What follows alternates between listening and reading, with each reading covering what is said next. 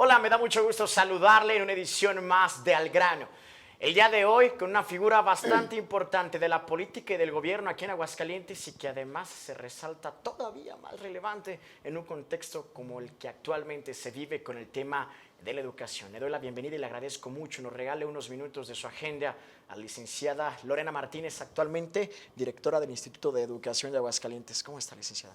Chava, qué gusto saludarte, de verdad un gusto, un placer saludar y a ti, a todo tu auditorio y agradecerte el espacio para poder platicar sin duda sobre estos temas polémicos de los libros de texto, ¿verdad? El tema que seguramente podrá ser el tema del año y que al menos en Aguascalientes se sitúa bien relevante, porque apenas el sábado recibimos el anuncio de la gobernadora Tere Jiménez de que se interrumpe o que por lo menos hasta que no haya una resolución judicial no se entregan los nuevos libros de texto gratuitos de la SEP.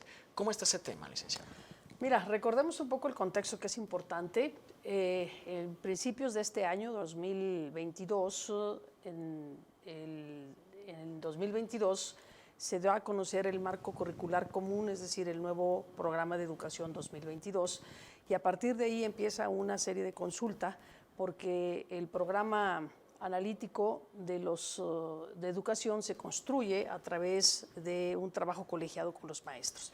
Y se hace todo un año esa especie de codiseño de la educación que hizo que la SEP no publicara en tiempo y forma el programa analítico de educación, que es uno de los requisitos que establece la Ley General de Educación para poder empatar el contenido de los libros de texto con el programa analítico. ¿Qué sucedió? Bueno, pues sucede que al no presentar o al no publicarse ese programa, surgen obviamente las inconformidades sobre el cumplimiento del procedimiento que establece la Ley General de Educación para la configuración de los libros de texto.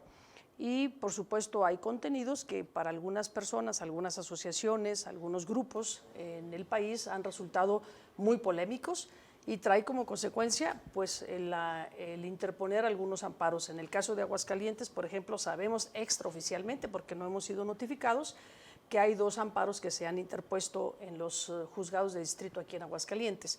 A partir de ahí es como nuestra gobernadora toma la decisión precisamente de suspender o de no iniciar, porque no habíamos iniciado todavía la entrega o la distribución de los libros de texto gratuito, sino esperar a que los tribunales digan lo que corresponde. ¿Qué puede suceder en estos días? Bueno, pues que los tribunales tendrán que resolver si se suspende o nos ordenan la suspensión de la distribución de los libros de texto, en cuyo caso pues tendríamos nosotros que prácticamente arrancar el ciclo escolar sin la distribución de esos libros.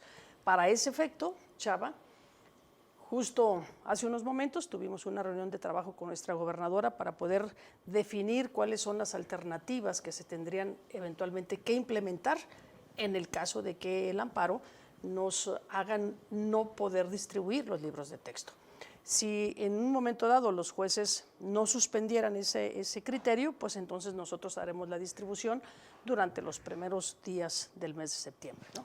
Y, por ejemplo, si en este tiempo no se da la resolución o el caso de que se dé en el sentido de que se suspende definitivamente la entrega, ¿con qué van a estar trabajando Por ustedes? disposición de ley, dado que el amparo se presentó, entiendo, la siguiente semana, o se presentaron la semana pasada, una vez que el juzgado lo admita, que tienen un plazo de 5 días, tendrá que resolver precisamente sobre la suspensión.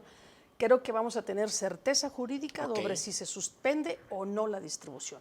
No podremos resolver o no podremos conocer la resolución de fondo, decir si les asiste o no la razón a los quejosos, probablemente en 3 o 4 meses, pero por lo pronto lo que defina el juez es lo que vamos a tener que hacer, porque nosotros estamos en un Estado de Derecho y por supuesto la instrucción de nuestra gobernadora es que respetemos el Estado de Derecho.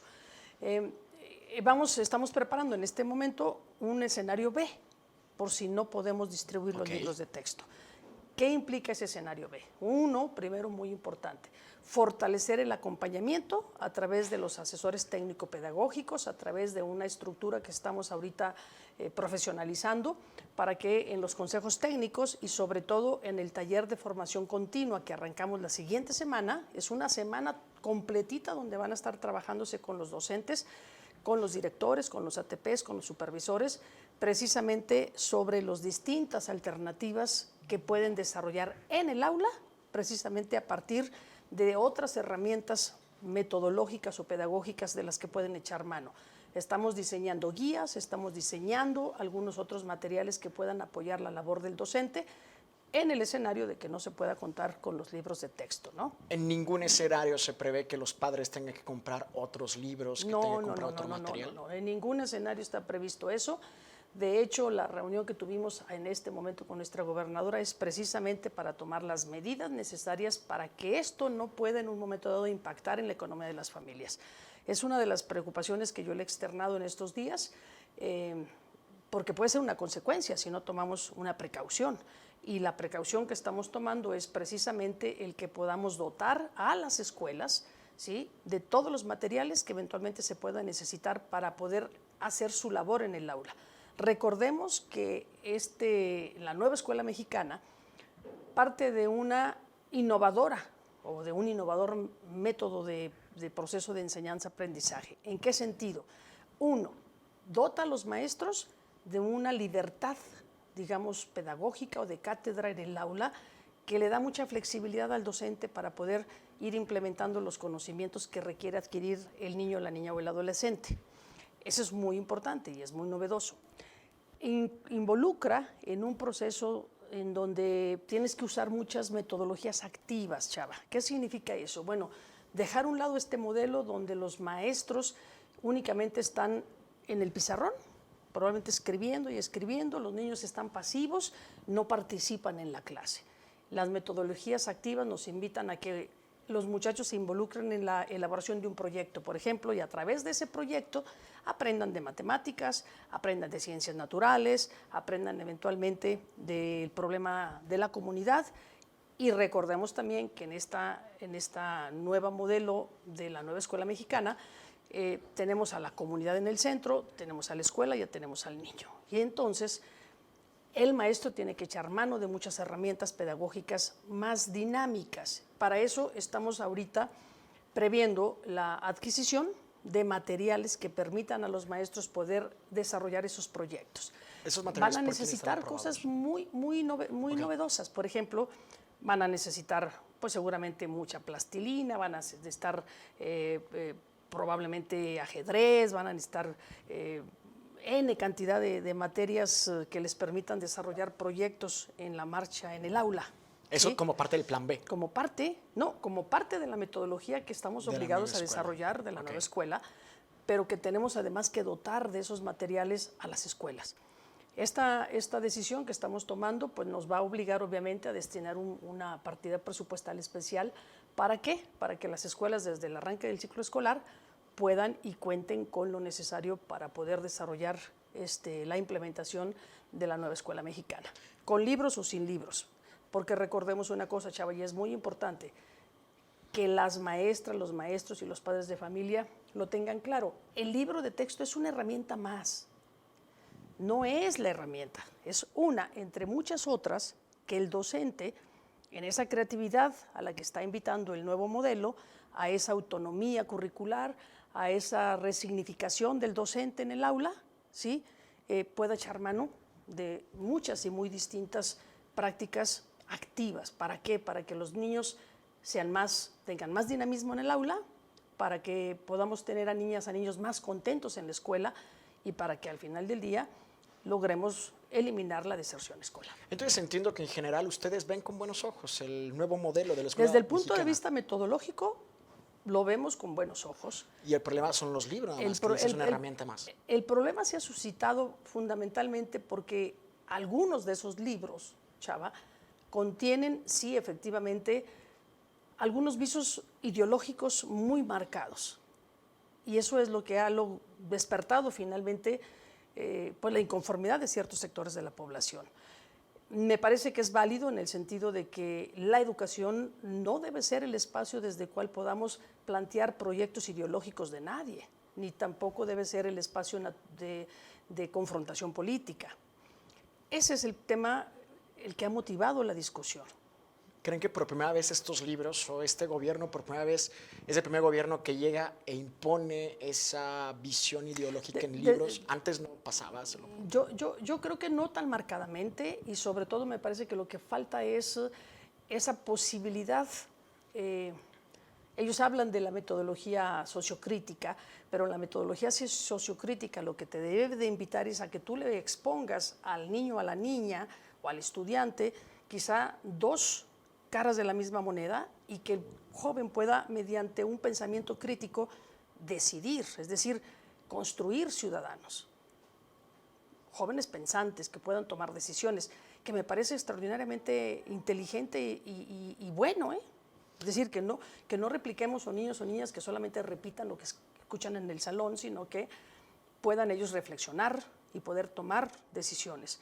El problema es que no parece tan claro, sino que hay un marcado sesgo hacia un determinado conjunto de ideas y de proyectos políticos, que es finalmente lo que está en el centro de la polémica, entre otras cosas, el tema de la educación sexual, porque hay también algunos sectores de la sociedad que no comparten la forma o la manera o hasta incluso la profundidad con la que se acerca a los contenidos de los niños, por ejemplo, en el grado de tercero de primaria, la educación sexual, por ejemplo. ¿Cómo ven eso ustedes desde el IEA? ¿Cómo ven el tema de la educación sexual? Mira, en lo personal y creo que en el sector educativo hay una realidad que tenemos que reconocer. Hoy los niños tienen acceso a mucha información a través de las redes sociales, pueden de una manera muy fácil poder y tener acceso a mucha información que a mí me parece que es mejor que lo hagan acompañados de sus padres y lo hagan mejor acompañados de los docentes. En el aula, ¿no? En el aula. En ese sentido, yo quisiera preguntarle, ¿no ha faltado como una predominancia por parte de ustedes del IEA, que son los técnicos, que son los profesores, que trabajan de la mano con el magisterio, que tienen ustedes a los especialistas? ¿No ha faltado más? Nosotros hemos estado analizando a profundidad los libros de texto. Por lo que llegar, ¿no ha faltado más que ustedes lleven el control de la narrativa? Porque por un momento pareciera que dominó más esta voz incluso del obispado, de los sectores pro familia, que el de los técnicos, que el de los profesores que dicen, hey, aquí está el IEA, o no se han acompañado. Pero hay un problema, no, pero es que el tema es que también hay un problema de procedimiento, o sea, la disputa legal tampoco tiene que ver con esto, ¿eh? La disputa legal tiene que ver con el presunto incumplimiento que hizo la Secretaría de Educación Pública en el proceso de elaboración de los libros de texto. ¿Por qué? Porque dice la ley que los libros de texto tienen que ser el referente o tienen que corresponder al programa sintético que la Secretaría de Educación Pública tenía que haber publicado antes de la elaboración de los libros de texto. Ese procedimiento no se cumplió. Esa es la razón por la que estamos en una disputa legal, ¿sí? Lo otro son meramente cuestiones de puntos de vista, ¿sí? Entonces, a mí, y además me parece que los jueces en ningún momento van a tomar en cuenta estas diferencias de opinión. Están analizando el contexto jurídico de cómo se gestaron los libros de texto y qué pasó con el programa sintético. Se reconoce que en medio de toda esta disputa de la que hablamos, en medio de todo lo que se dice en medios de comunicación, en medio del posible retraso que hay en la entrega de libros, se reconoce que va a haber una posible afectación, y digo, no provocada, ni se señala a ninguno de los grupos, ni tanto a quienes están en contra, ni a quienes establecen los libros, pero se reconoce que va a haber una posible afectación para una niñez que viene de una pandemia. Estamos trabajando para que no suceda eso precisamente, Chava. Esa es justo la preocupación en la que estamos ahorita nosotros trabajando. ¿Por qué?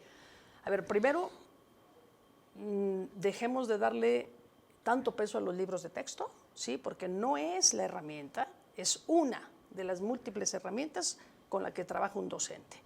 Dos, el modelo invita a una gran flexibilidad en los aprendizajes, a una autonomía del docente, a una resignificación del docente. ¿Qué significa esto? Bueno, que el maestro, ¿sí?, elabora su plan, su programa sintético, su programa analítico.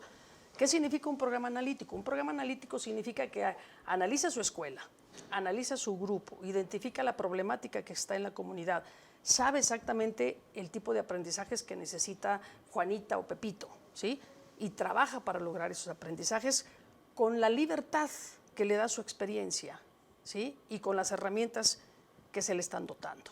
Entonces, yo sí estoy convencida de que sí respetamos y estamos en esa disposición de darle a los maestros, a las maestras, esa significación de su capacidad para poder conducir los aprendizajes. sin separarnos del programa sintético, que ahí nos dice exactamente lo que un niño tiene que aprender de acuerdo a su grado escolar, y vigilamos eso y acompañamos ese proceso. No va a pasar ningún retroceso en los aprendizajes de los niños y de las niñas. En eso es en lo que estamos, Chava, justo ahí.